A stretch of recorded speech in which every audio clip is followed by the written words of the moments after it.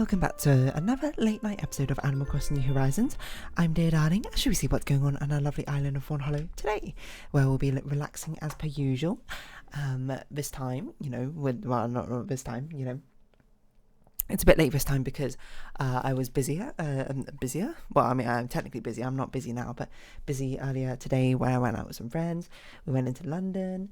We saw like an exhibit thing, which I guess I'll talk about. It's like an art exhibit thing, which is, I would say it's not something we do particularly often. I do quite like it. Obviously I like art and design and that sort of thing. But we'll get onto that in a second. Good evening, everyone. Right now in Fawnhallow, it's 11:30 p.m. on Sunday, July 16th, 2023. So basically there was like this exhibit which basically featured like Japanese art or something. It was something that one of my friends heard about, and we went to go see it because, like, why not? I would say it's a bit random, and then even talked to my friends about it afterwards. They were just like, it was a really sort of random spur of a moment thing, but I think it was worthwhile. I do like things like museums. I do like things like art galleries. And I don't mean to say that in a sense that it's like, subversive, I suppose, to like art galleries and that sort of thing. I mean, I say this a lot about art, but a lot of it is down to, I mean, like, I say like 50%, but is it 50%? I don't know. It's kind of up to you, but it's basically part of his art. Part of it is up to the artist's actual creation and intention, and the other part of it is in your interpretation. Art is extremely subjective in the first place, so lots of people can go to the same art gallery and some people will love it and some people will hate it, just to, completely depending on what they ended up taking from it. And that's totally fine. That's how art should be, in my opinion, because art is something which requires a whole broad strokes of humanity's opinions and viewpoints to actually paint a full picture. If everyone had the same opinions or the same likes or whatever, then it'd be rather quite dull artistically, no? But I think art museums get unfairly, not art museums in general, but like art sometimes gets unfairly maligned. Oftentimes with art museums and that sort of thing, people just, people tend to take a much more objective, critical viewpoint of art, like this is well executed, this is not well executed, which, while I do agree that is one metric you can judge art on, at the end of the day, it's kind of about the expression of the art in the first place and what it ends up meaning to you personally, and yes, to you personally, because, as I say, art is subjective. It's all individual in the eye of the beholder. So it's not like it's something which can really be... I mean, I guess you could take like the average of a load of people's opinions, and yes, that is probably what you would end up describing as a mechanical execution, or like a good execution of art, or not. But at the end of the day, there's still anomalies in this sort of thing, isn't there? It's not like in maths equations or something, like, or one of a, if you add 1 to every single number in the world, it's not like when you suddenly hit a limit where one of them just it doesn't fit the pattern anymore. So, I'm saying a lot of, like, not a lot really, but where am I going with this? Basically, we went to see like this sort of like art exhibit museum thing. It wasn't like a huge one, like it was like a couple of rooms or something, but it was cool. It was free, and that was one thing I very much do appreciate about things about museums and enrichment and that sort of thing. Is a lot of the times they're free galleries, and you can take your own sort of understanding from it. You might be like, what was your favourite thing that you saw in the exhibit? That's a good question. It's hard for me to remember, of course, every single thing I saw. There was some like really cool, like massive wall, like entire wall spanning murals, which is like, I don't know if that's it's the sort of thing I look at and be like, oh, I wonder if that's something I would ever do. If you don't know, I do like art, but of course the way I do art is not necessarily through expression of my own emotions so much as is trying to, I suppose, convey a story in a certain degree. I would argue. But it was really cool to see like these big wall like size murals, because not only can you appreciate whatever artistic messaging there is there, but you can appreciate the execution and the dedication and the time that went into it. I think there's always some sort of grand sense of spectacle when you see these like very large pieces of artworks, because you're always just like whoa, at the very end of the day, even if you like it or you don't like it, you can appreciate a lot of time probably went into that in the first place. There was a really cool one. It was like in black and white. I cannot remember like any of the artists' names. I apologize. But it was a very cool one. It was a bit women's corner, a bit like eldritchy, horror-esque at the same time. I still have like a magazine, I have a brochure given to me by, I wonder if the one I have in mind is actually in here. It's called Wave Graphic Arts. If you're ever in London, apparently it's open till like October or something. So, you can go see it for yourself. No, where is it? It wasn't this mural. This is another mural, which is a very sort of like X-rated mural. This was my favorite one, actually. I'm thankful it's in here, but it's by Suga Mika, illustrator who makes paintings of collages using found scraps of paper. Many of her works feature unsmiling women, often in absurd situations, who seem to view the world with a sense of detachment or distrust. Because I thought I had an interesting story behind it. Because I vaguely remember the story basically being like it's a very sort of fantastical, a realistic person, I suppose, put into a fantastical situation, which is very much, up my sort of alley of emerging of realism and fantasy, I suppose, all at once. Like this person is portrayed as like an actual person. When I say realistic, I don't mean like lifelike drawing, but is the portrayal of a realistic person, but she's like putting on a play with like these animate foxes are animate, I suppose, but like sentient, no, foxes are kind of, wait, sentient or sapient? I forget which one's which, but one of them is like has human-like foxes, I suppose. Anthropomorphized foxes, but they're not anthropomorphized. They don't look like anthropomorphized foxes, I mean, but like foxes with a human personality, shall we say. But she's like putting on and play with them, and I was like, that's like an interesting, comparison of a flight of fantasy with reality. What else was a cool one? Oh yeah, this was a very like well executed one by Sorayama Hajime. It was literally, I don't know how else to describe it except for it's a laser T-Rex. And I was like, that's just like well drawn. What else can I say? There's a lot of really other cool things in there, to be perfectly honest.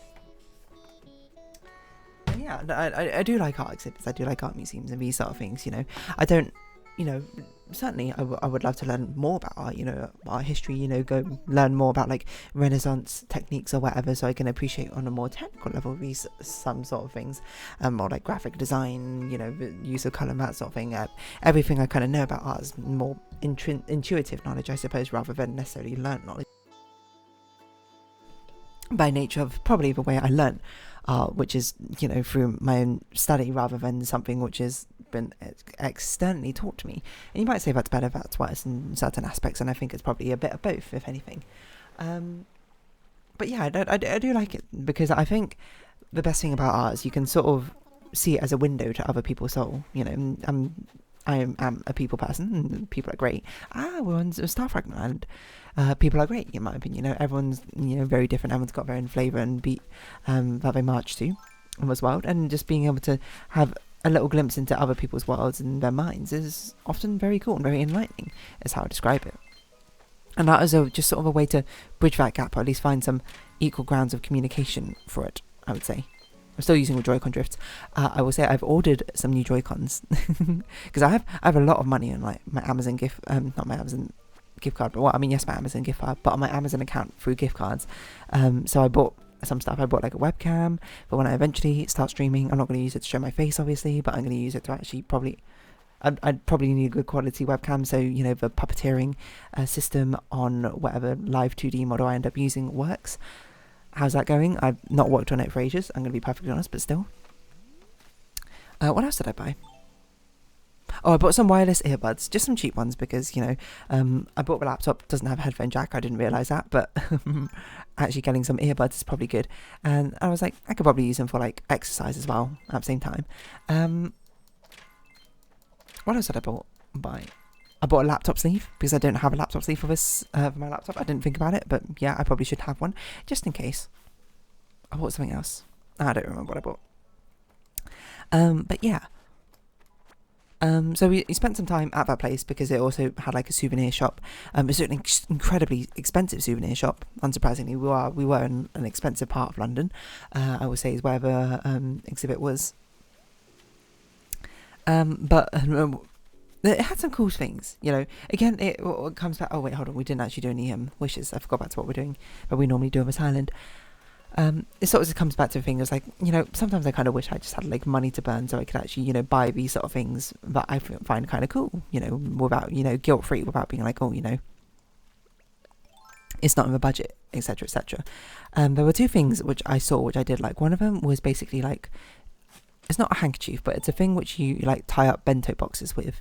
It's just like a simple cloth with a cute or cool design or whatever on it. But yeah, you use it to like tie up bento boxes in like a little cloth sort of bag thing. Do you think if we sit down we can do. I don't know if we'll stand up to make a wish if a shooting star comes. I guess we do, but we're locked in this position now.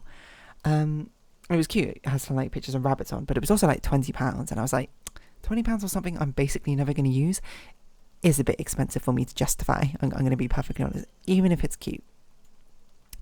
But there was another thing I like, is there's these illustration books. I can't remember exactly what they're called, but I'm sure I could find them now, because they were just called like, I'm sure I could find Japan art book, and it was just called like Illustration 2022. Illustration 2022 Japanese art book. Okay, there you go. That was called. That's what it's called. But they had a 2020, 2021, 2022 version, and I was very, very tempted to buy them just to use them for like artistic inspiration. But I'm just like, I don't need to necessarily have this for artistic inspiration. I could just like, it's not necessarily all art I like. There's some of them I looked in and I was like, yeah, I do like this, but you know, buying more would be like £60 or something, which I'm just like, I could just go on like Twitter or, you know, Threads maybe nowadays, or Instagram or whatever, and find, you know, artists more akin to the things I want to draw or take inspiration from, and use that as inspiration, right? But I still think it's super cool. It'd be super cool to be good enough at art to be featured in one of these books, I suppose, one day. Yeah, but like looking through, I was just like, yeah, this is awesome, you know, looking through stuff. I remember I looked at one, I just literally turned to a random page and I was like, whoa, I recognise this artist. Like, there's actually quite a few of them I flipped through and I was like, I feel like I recognise this art style before. But I was like, I can't, you know, because I follow quite a few Japanese artists on my Twitter. I was like, I feel like I recognise this art style, but I can't, you know, I can't confirm it because I'm just like, I don't necessarily know whose it belongs to. But there's one of them, I looked at it and I was like, I know this artist. This is Orca. And I think that's what their Twitter name is called. And I was like, whoa, you know, and I saw in the top left corner, whoa, it is. It's just called, like, just said Orca. And I was like, yeah, this is an art style I recognise. Maybe if I search Orca JP artist. Oh, here we go. Kuro Orcas. That seems to be their name, because there was like one of their art things that had like the black cat on, and I was like, yes, okay, I know this artist. Like, I've seen this before, so many times. Yeah, there we go. I'm following them. Oh, look, they even have a media thing where they posted a tweet recently. The fact they're in Illustration 2022. That's cool. And part of me was very tempted to buy it because I was like, I recognise this artist. But also that seems a little excessive because I already follow them on Twitter, I suppose. So, you know, that's kind of a thing where I'm just like, I guess I could just look at their Twitter feed. But I haven't posted for a while. March 5th, 2022. It's been about a year. That is wild that I still recognise their artwork despite the fact I haven't posted for like a year or something. Anyway, their stuff's very good. I love their artwork. So yeah, I mean, like, art books are very, very cool, is probably what I'd say, you know. And it's, I think, are fantastic things for inspiration. Like, I sort of go both ways about these sort of things. Yes, okay, I could technically just go on Twitter, on Instagram, and find these artists which I like and take inspiration from them. But it's also nice to have them collated, I suppose, because if I just take inspiration from artists I do like, when I'm sort of not streamlining, what's the word? Pigeonholing? No. Typecasting myself. Like, well, what's this word I'm thinking of? When I'm forcing myself into a box, I'm basically like, I have a pre-notion of what I want, and thus I only steer to those things I want rather than, you know, exposing myself to a variety of things. And variety is where you can get all sorts of different inspirations from, which you might never think of, you know. It's for all forms of art. It's like art, you know, each new genre, I suppose, each new theme which comes out can sometimes always just be taking inspiration from different themes, wildly different from them, and like remix them in a certain sense. It's how I suppose you become more rounded as a person in general. It's just to take inspiration from many different facets rather than just a singular one that you might like, right? So I do have appreciation for these art books, and I suppose it is a nice thing as well that you can always definitely count on the artists being in here selectively chosen, right? So they've got to be like at the top of their game. You get to see the best of their best, right? So, you know, so it's like you pay like £20 or whatever, which I don't know what's that in US dollars, like $25 maybe, for like a collation. And by the way, it was a thick book. I would guess there was like 500 artists in there or something. I don't know if that's true. 150. Okay, I was like way off, but it was a chunky book. That's what I said. It was a book like, I would say it was like 5 centimeters thick. Hold on, let me get a ruler. Is that right? 5 centimeters might be a bit small now I think about it. No, it seems about right. No, that's too big. Probably about 3 to 4 centimeters thick. It was a big book, and I was like, whoa. In fact, there's only 150 artists in this. It's actually crazy. Feels like there should be a lot more.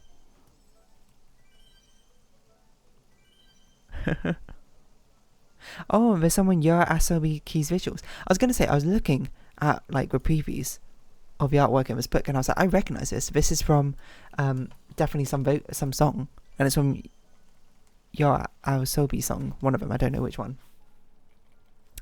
I don't really know her songs very well, but I know she sings Usewa, right? Yura Asobi. Yura Asobi. Oh, but actually, I actually genuinely didn't know that. Sings Idol from something no ko. Oshinoko, that's it. Haven't seen that. I swear you must sing not Idol. You sing Usewa, don't you? Maybe you don't.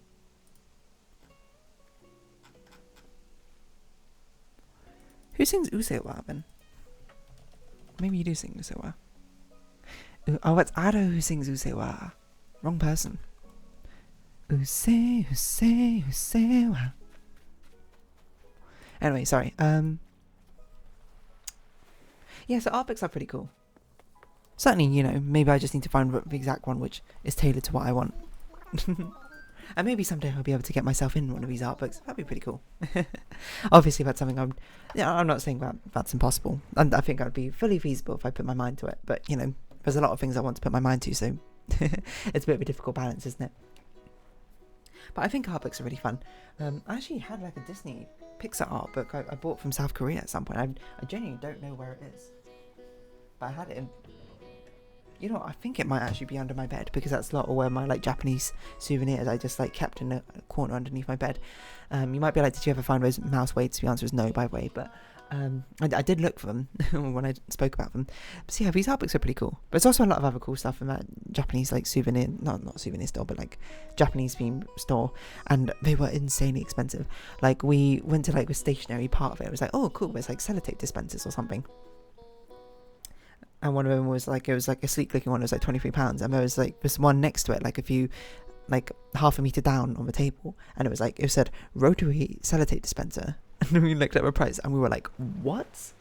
And I want you to guess how much a rotary sellotape dispenser cost, bearing in mind that the first one we saw cost £20, which is quite expensive I would say for a sellotape dispenser, but you know, still. You might be like, what was special about it? It looked like a pristine white and it rotated. Apart from that, I don't think there was anything incredibly notable about it afterwards. So have you locked in your guess? You know, what were you guessing? I'm going to guess that you guessed like £180 and you didn't really believe it. I believe this sellotape dispenser was £355, if I recall. I don't know if I still have a video. I can't really see it. Yeah, it was around like £350 or something like that, and I was just like, what? That is insane. And then we played a game of like Price is Right with the rest of the store, where we just like looked at things and be like, how expensive is this? How expensive is this? And they were all like way more expensive than we expected. So it's sort of thing where it's like, okay, these are probably like designer goods, so you know you're probably associating it with the actual namesake behind it, as well as you know what it actually is in a literal sense. But still, it's like, wow, that unexpectedly expensive. Anyway, on that note, I think I'm going to round this episode off here. So if you have been watching, thank you very much. It's been Animal Crossing New Horizons. I've been Dear Darling. Likes, comments, subscription, shares greatly appreciated. Twitter, Discord down below. Hope you see each other again. But for now, it's a farewell. So until next time, bye-bye for now.